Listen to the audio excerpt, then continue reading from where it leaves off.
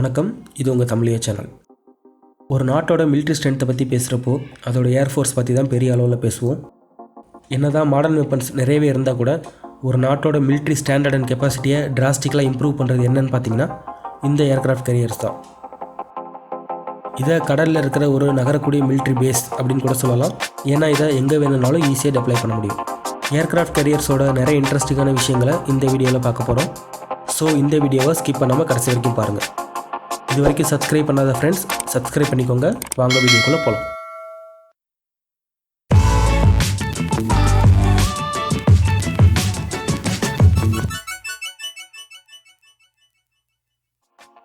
இவ்வளோ பெரிய ஷிப்புக்கு ஒரே நேரத்தில் செய்கிறதுக்கு பலவிதமான மிஷன்ஸ் இருக்குது. கடலில் தாக்கி அழிக்கிற ஸ்ட்ரைக் மிஷன்ஸ், வான்வெளியில் ஏர் சுப்பீரியாரிட்டி, அப்புறம் சப்மரைன்ஸ் வந்து அட்டாக் பண்ணுறது.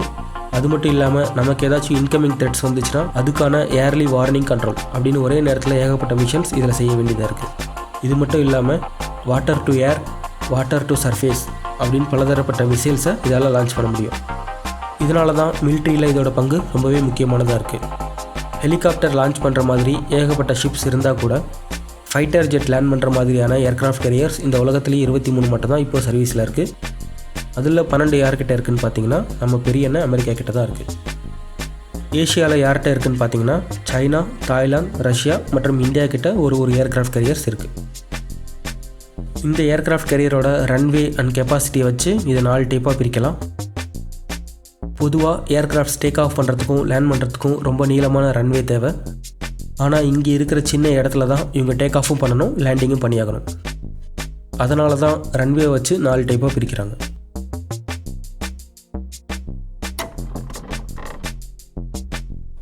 இருக்கிறதுலையே சைஸ், கெப்பாசிட்டி, பேலோட் இது எல்லாத்துலேயுமே ரொம்ப பெருசு இந்த மாடல் தான்.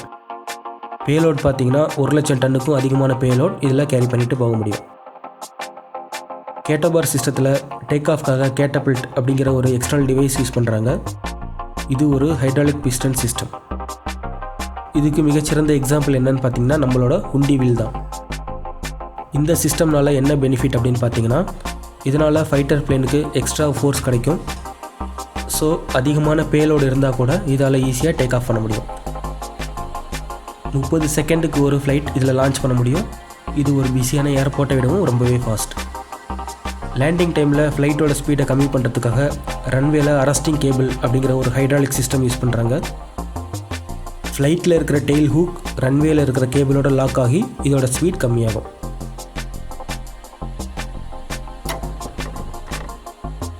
கேட்டோபார் சைஸை விட இந்த மாடல் கெப்பாசிட்டிலையும் பேலோட்லேயும் கொஞ்சம் கம்மியாக இருக்கும். இது ரஷ்யா, சைனா, இந்தியா இந்த நாடுகள்கிட்ட இருக்குது. இதோட பேலோடு எவ்வளோன்னு பார்த்தீங்கன்னா 65,000 டன் வரைக்கும் இதில் கேரி பண்ணிட்டு போக முடியும். ஸ்டோபார் மாடலில் டேக் ஆஃப்காக எக்ஸ்டர்னல் டிவைஸ் எதுவுமே கிடையாது. இருக்கிற ஷார்ட் டிஸ்டன்ஸில் ஃப்ளைட்டை ரன் பண்ணி டேக் ஆஃப் பண்ணணும். இதுக்கேற்ற மாதிரி அந்த ரன்வே கொஞ்சம் ஸ்லோப்பாக அமைச்சிருப்பாங்க. இதை ஸ்கீ ஜம்ப் ரேம்ப் அப்படின்னு சொல்கிறாங்க. இந்த ரேம்பில் ஒரு ஃப்ளைட் வேகமாக போகிறப்போ அதில் ஒரு லிஃப்டிங் ஃபோர்ஸ் கிடைக்கும். அதை வச்சு நம்ம ஃப்ளைட்டை டேக் ஆஃப் பண்ணுறோம். இதில் எக்ஸ்டர்னல் டிவைஸ் இல்லாததுனால என்ன ஒரு டிஸ்அட்வான்டேஜ் அப்படின்னா அதிகமான பேலோட் கேரி பண்ணிவிட்டு டேக் ஆஃப் பண்ண முடியாது. ஸ்டோபார்லேயும் கேட்டோபார் போலவே லேண்டிங்க்கு அரஸ்டிங் கேபிள் சிஸ்டம் தான் யூஸ் பண்ணுறாங்க.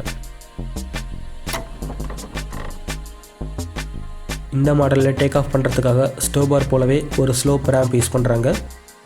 அண்ட் லேண்டிங்காக அரஸ்டிங் கேபிள் யூஸ் பண்ணாமல் இன்ஜினோட த்ரஸ்ட்டை வச்சு வெர்டிக்கல் டைரெக்ஷனில் லேண்ட் பண்ணுறாங்க.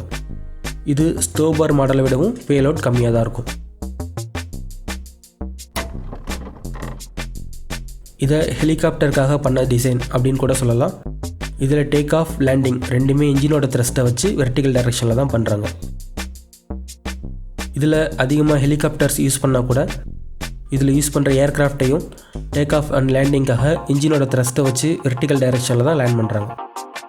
இருக்கிற 4 மாடல்லையே ஸ்பீட் அண்ட் எஃபிஷியன்சி ரொம்ப கம்மியான மாடல் இந்த மாடல் தான்.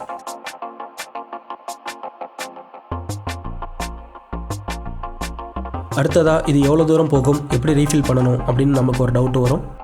அமெரிக்கா மற்றும் ஃப்ரான்ஸ் நாட்டில் இருக்கிற எல்லா ஏர்க்ராஃப்ட் கேரியர்ஸுமே அணுசக்தியில் இயங்குது. அதாவது கப்பலுக்குள்ளவே நியூக்ளியர் ரியாக்டர்ஸ் இருக்கும். நியூக்ளியர் பவரில் இது இயங்கிறதுனால 20 to 25 வருஷத்துக்கு இதில் ஃபியூல் ரீஃபில் பண்ணணும் அப்படின்னு அவசியமே கிடையாது. எவ்வளோ தூரம் வேணாலும் போகும். இந்தியா, ரஷ்யா, சைனா இந்த நாடுகள்கிட்ட கன்வென்ஷனல் ஏர்க்ராஃப்ட் கேரியர்ஸ் தான் இருக்குது.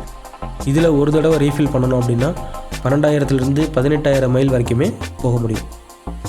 USA இதை கடலில் டெப்ளாய் பண்ணுறப்போ தனியாக டெப்ளாய் பண்ண மாட்டாங்க. இதோட பாதுகாப்பு காரணங்களுக்காக கடலில் ஒரு கேரியர் கூட 5 ஷிப்ஸ் கூட வரும்.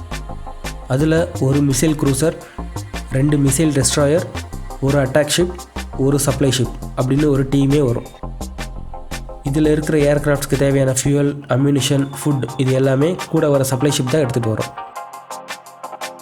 இதில் ஒரு ஷிப்பில் அதிகபட்சமாக 6,000 க்ரூ மெம்பர்ஸ் வரைக்கும் வேலை பார்க்குறாங்க. அதனால் இதை கடலில் பார்க்குறப்போ ஒரு மிதக்கிற நகரம் போல் இருக்கும். ஓகே ஃப்ரெண்ட்ஸ், இந்த வீடியோவில் ஏர்க்ராஃப்ட் கேரியர்ஸ் பற்றி நிறைய இன்ட்ரெஸ்டிங்கான விஷயங்களை தெரிஞ்சிருப்பீங்கன்னு நம்புகிறேன். இதுபோல் இன்னும் நிறைய வீடியோஸ்க்கு நம்ம சேனலை சப்ஸ்கிரைப் பண்ணிக்கோங்க. அடுத்த வீடியோவில் பார்க்கலாம். தேங்க்யூ.